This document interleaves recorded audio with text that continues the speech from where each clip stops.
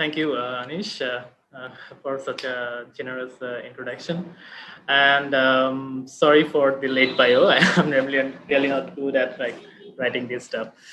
Uh, but yeah, first of all, I want to convey my gratitude to the organizers, Design Owl and Roca, to organize such an event and giving me the opportunity to meet exemplary architects like Archon Doshi. I have seen his works and I really look forward to see his presentations and further discussions today. I have been just working here in the refugee context for 2.5 years now. And previously, I have been working in Chinaida and Dhaka as well after graduation. Our approach and what we really believe is that we really like to be present on the site and to develop the quality of life rather than building structures, exemplary structures. That is one thing, but we really believe that as an educated personnel, as an educated person, we should be present on the site, on the context, on the community to support them, to lead them, or to be activists, or to be some sort of source where they will find hope, or where they will find, okay, they should do this or they shouldn't do that. We have seen so many practices in the previous century, and that was one sort of practice. And I really believe that we really have to move on to some new form of architecture in this century.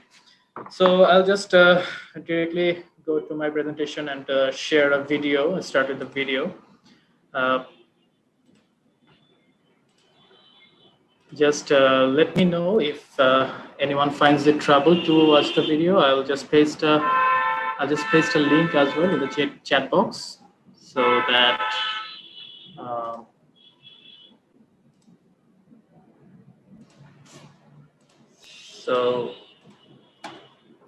yeah, it's on YouTube. If you find it trouble to watch this, you can watch it on YouTube right now or later.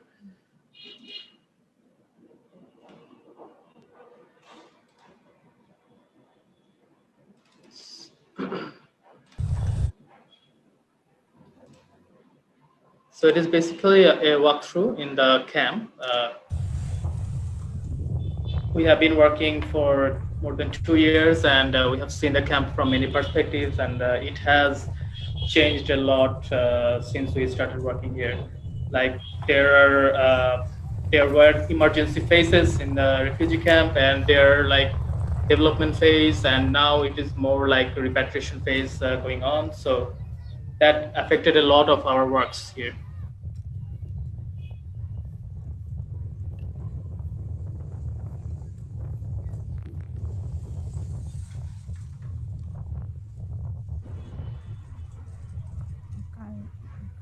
If anyone can confirm if the video is, can you see the video? It's working fine, Arjun. It's working fine, Rizvi. Okay, yeah.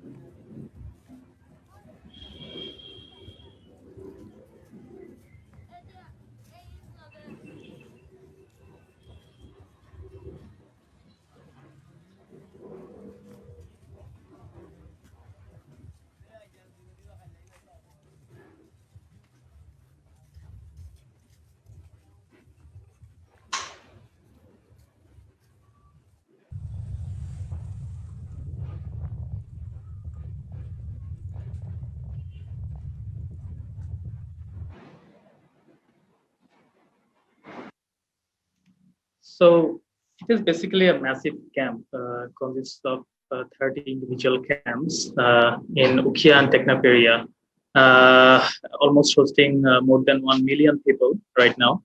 And when we first started working here, we were really out of words. Like, how do you contribute as a conventional practitioner or as an architect? Because all you can see is very less materials, very minimal materials, all temporary materials, and these are just minimum services, emergency services that you provide to this 10 million people. Um, so, how do you really further contribute building the quality of life here? Then we actually researched on various camps in the whole world, and we found out that uh, uh, on an average, it takes 10 to 12 years for a camp to relocate it or to shift the whole number of people on an average. So maybe they will stay here for 5 years or 6 years or 7 years. But the children, especially the children and adolescent girls who are living here, have a big portion of their life going on here. So what can we do as designers? So can we do anything? And we started with these questions, and we experimented through many projects and tried to come up with alternative solutions that is morely related to the context and to the question. Uh, and of course, there is culture, there is life, there is everything you can imagine goes on in the camp, and of course with policies, with restrictions, but there is life, uh, a lot of life thriving here. Uh, so what we did was we tried to starting we tried to look at whatever we could around the camp, like this solution is working better or this solution is not working, and which one is better comparatively, which material is sustaining more, which material is easy to handle. Uh, and solutions like this, for example, so this is a column, very portable column for the shelters they use. It is designed by UNHCR and BRAC, and but the two-person can carry this and immediately make a shelter like within 2 days. And these are little technical details that can inspire us to work here as technical personalities. Um, in the beginning, we were hired for designing this sort of buildings. For say, these are camp in charge offices in 30 camps. And it was supposed to be constructed within 3 months, 30 individual structures like this. So when we were called, this structure was almost designed by the engineers here, and we just all we just could do is add some skylights and add some extra details so that the rooms are spacious and lofty, and it operates functionally perfectly. So these were the start. This was the start for us to work in the camp, and then we got the opportunity to work in one project that is in Cox's Bazar, not in the camp, but this project played very vital role in our practices, because this is the office of Refugee Relief and Repatriation Commissioner.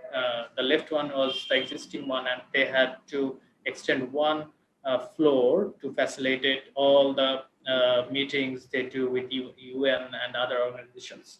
So all sort of decisions that were made for the camp are made here. And we worked on this project and this was constructed and converted to the right one within 6 months. Uh, so this project played a part in gaining a political trust for us, for the government, for other organizations. When they saw this project, they said, yes, okay, maybe we have very limited time, but even in this short time, we have the potential to convert a very basic thing to something that may add to the quality.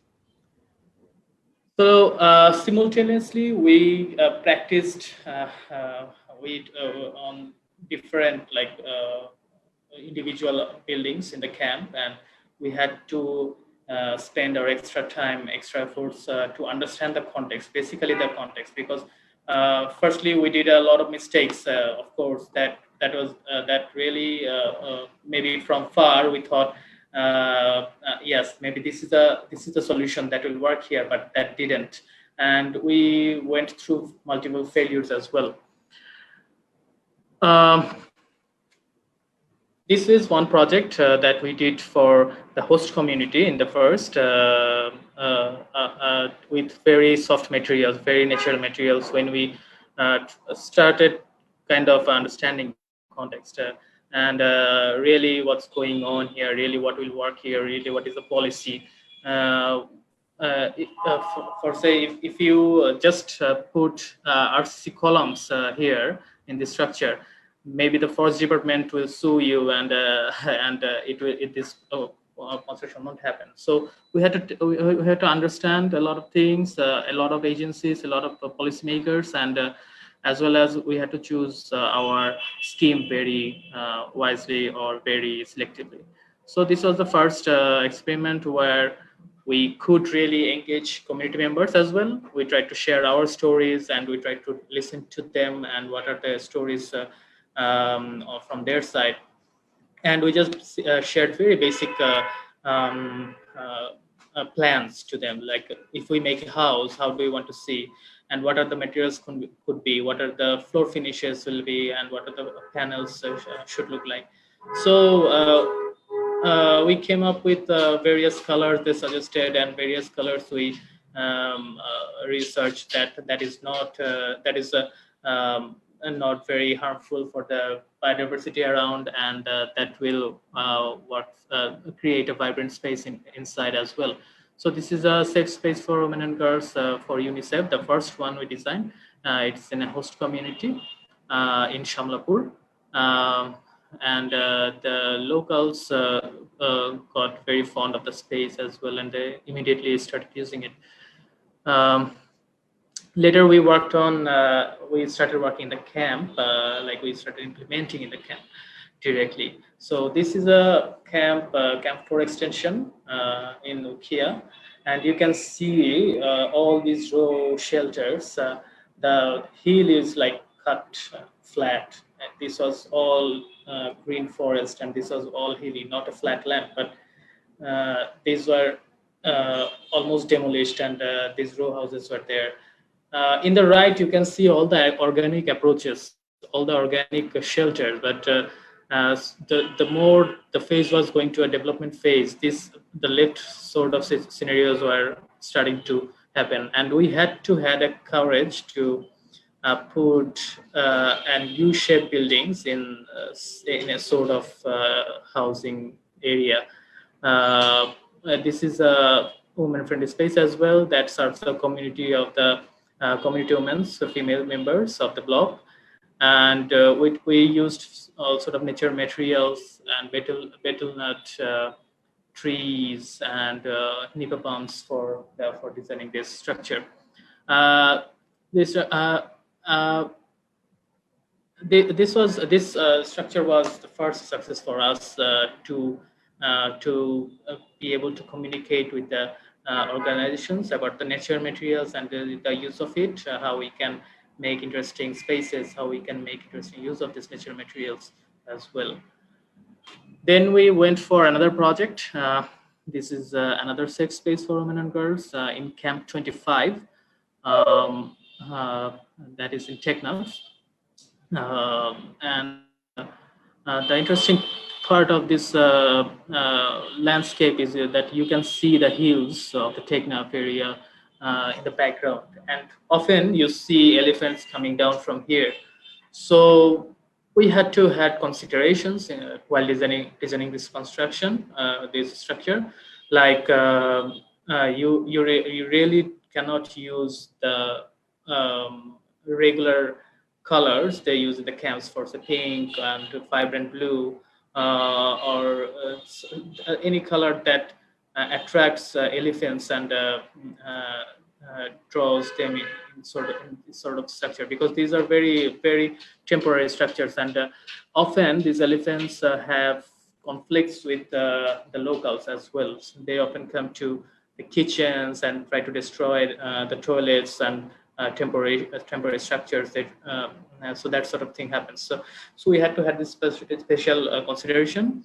But again, we tried to make a very interior court in the project that will be vibrant, not visible from outside but from inside. So this project serves the surrounding community. This community is very interesting because the host community and the refugee community coexists here. In the first slide, in the first map, as we are seeing that there are a lot of shelters here. These were all used by forcefully displaced people, refugees community. But in this camp, say if this is one house that is owned by a Bangladeshi people, Bangladeshi family, and they have a backyard. They rent the backyard for the shelters. So the scenario is quite different here, and we got the opportunity to build this structure that will serve both the Rohingya people and both Bangladeshi people, so that they can actually get a space where they can become friends. They can have some bondings, or maybe they can understand each other a bit more, because in such context, peace and conflict is a major issue. You often deal with so many horrible situations that is caused by all these conflicting situations between host and the refugee communities. So we try to create a space that really lifts your mood up, that really offers you a beautiful place to sit with each other. And it's a very basic interior code. There is one, and the rooms are laid surrounding it, so that it can create the privacies for the women and adolescent girls, and it gives them a sort of psychological privacy and visual and physical privacy as well. So this project was basically very far from Cox's Bazar. It was not very much possible for us to visit this site every day or every week frequently. But what we did was we tried to connect to these artisans who worked for this construction, who were basically refugees, Rohingya people, and we showed them the plan. We were present when the layout was on the side, and we just determined the height of the columns, and the rest was crafted by these artisans, beautiful men. So this is the group. This is the team of artisans who worked for the structure, and they got recognitions from UN as well, UN OCHA in last year, as UN heroes to construct such a place for women and girls. So we did another experiment in this construction as well, that is like post-construction engagement workshops with the women and the girls as well. So we asked them how they perceive the space and how does it look like to them, and how they can further develop it or they can take care of it. So we came up with these beautiful plants from these children. They see it like sunflower, and look at all the details they think of, and it excited us. It made us very excited, because we instantly saw that yes, they can connect, and they can really think of the space the way, not the way we do, but as designers or as users, as creative personals, they can connect to the spaces as well. Then later the women came up with a list of trees and plants that they wanted to plant in the courtyard and in the surrounding. Uh, As you see the code, it looks like this, and the screens give the privacy and protection from outside. The spaces look something like this. So these spaces are not quite how we visualized, but really it came out quite crafty and quite amazing when the artisans worked here, and all these patterns, all these interesting portions, these colors on the columns were just they came up with the freedom, and they did it all by themselves. And it is important for us how they look against our against the structure, against the patterns, against the textures, because if it looks alienated, they won't really it won't really simply belong to them. Maybe it will be something something you can design a nice thing, but it is important for us to for them to own the project as well. So this project looks like this right now. Uh,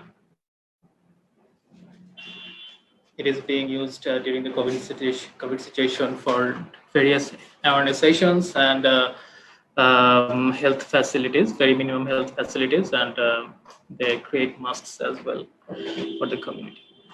So another project, it's a community center for UNHCR and BRAC, and in this project we experimented. We had a very limited site, very compact site, and we had to design a prototype for multi-storied, for a two-storied building that really can be an example or can be copied later if the camp further develops. So we used all these locally available profile CGI sheets, and some natural materials are there. All the panels are modular, so that whenever the organizations have to shift the structure to somewhere else, they can do it very easily, because it is often a common scenario in the camp that these structures need to be dismantled. So again, the background is very important for us, the texture, the patterns, and how they own it. Another project of ours, it is an integrated community center in Hindupara, Kutupalong.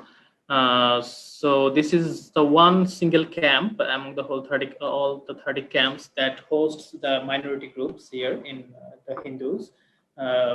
And we had to design a community center that creates a connecting platform for the host area and for the refugee area. So the left one is host community area, and this dense area here you can see is the Hindupara community. So the blue shade here is the one we designed. It is, if we see the Google image, this is the building, and in this green area, the refugee, the camp is there, and the rest is the host community. So it's a very basic community hall with some support rooms that hosts psychosocial support, case management, and all. These supports are offered to both men and women and children as well. And there are, of course, cultural perspectives. There are so many creative practices here. They are offered training on arts and crafts and so many things. So culture was one of the concerns we had while designing it. And we thought of the textures, the patterns. We looked at the women's saris, the patterns that they are using, and we came up with these mattresses that looks that has the similar colors, and we used those as insulation sheets.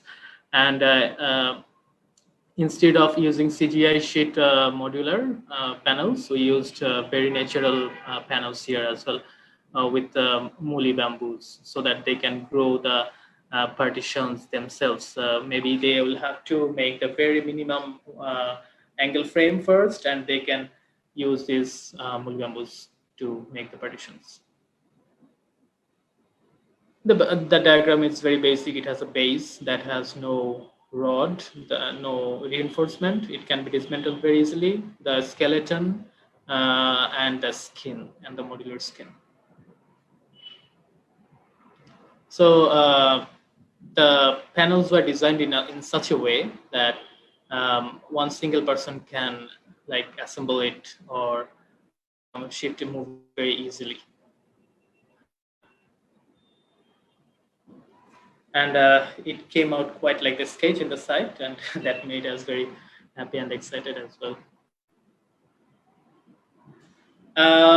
The design has some layers where the artisans and the children from the community can later play on.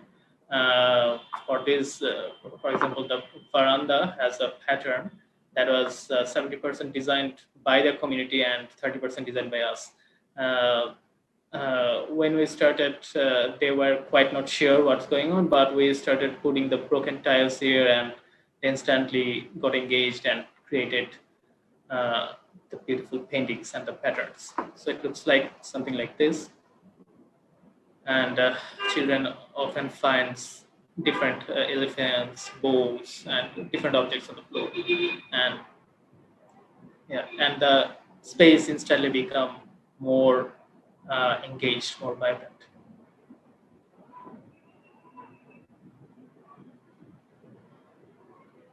In a similar scheme, we designed some other structures for as well for the host community. That is in Ratnapalong, a nearby village in near Ukia. This also was quite a fun experience. This was a betel nut tree garden, and we had to place the place the whole rooms in such a way that all maximum betel nut trees were saved, and we didn't have to cut so many trees, so the garden was intact. And the space is quite comfortable for the users as well. This is the owner uh, of the land, and he was quite happy to be able to save his betel nut garden.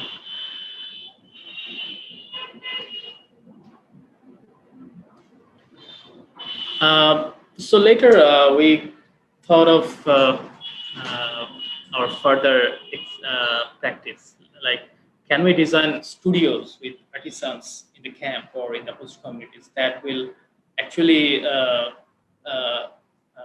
push it further, actually push the practice further. Let's say whenever we design in our studio, whenever we are learning in an architecture studio, we feel the pleasure of designing or creating. So that can be copied or duplicated in such context as well. Uh, and we were fortunate enough to be supported by IOM and to organize such workshops and classes where they could come up with their historical objects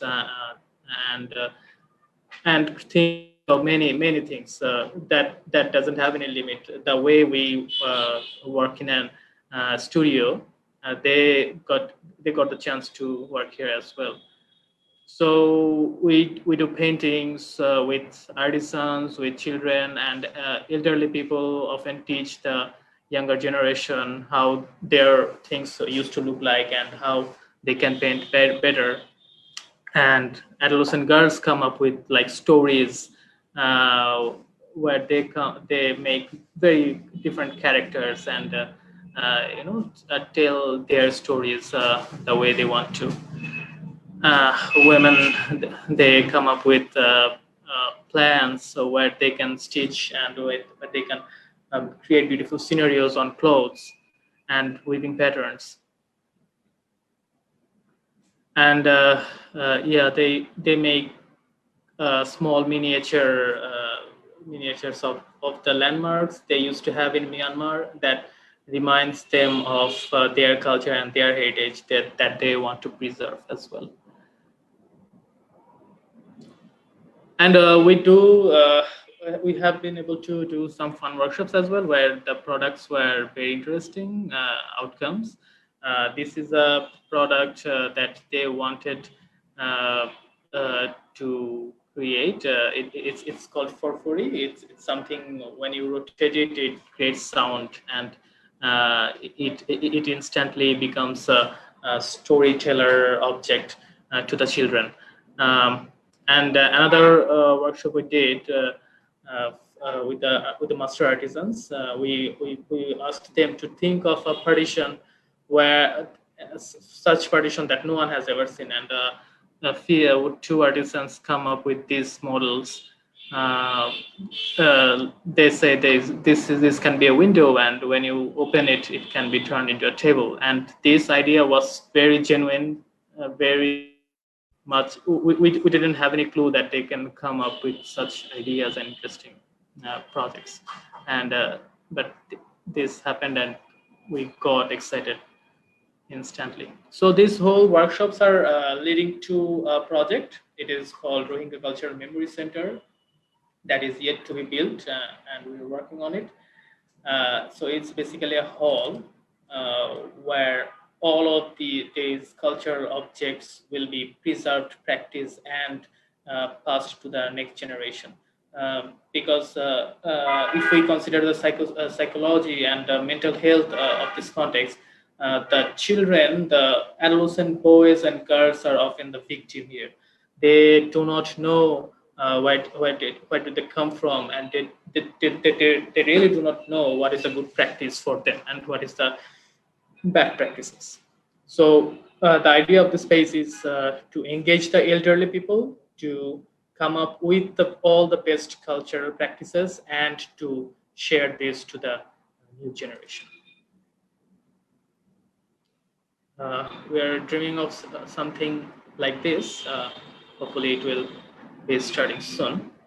And um, we are arranging some workshops for the artisans as well, where they become the teacher, and other artisans become their students, or host community artisans they become their students. For example, this person is a master artisans of our team, and he is making indigenous palettes with nipa palm leaves, and teaching all the community members how to make these palettes. So and they have these wisdoms that how to use these palettes. If you like the spacing is 2 fingers, it will last for 10 years. If the spacing is 3 fingers, it will last for 5 years. So that sort of indigenous knowledge we are interested about, and they share these knowledges as well, and we are looking forward to the construction. And we're documenting this as well, and we're hoping to make a series, an online series, where people from all around the world can learn from these refugee artisans. So what they hold is very precious, and that needs to be spread as much as possible. So I will wrap it up with just one video. It will take 2 minutes, and then I'll hand it over to Arjun.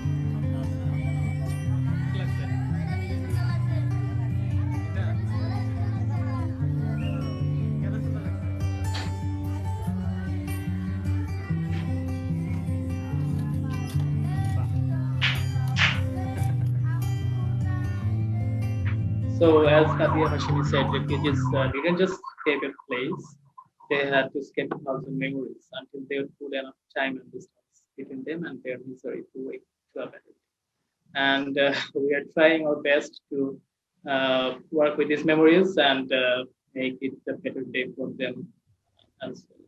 Thank you. Thank you so much, Rizvi, for your presentation.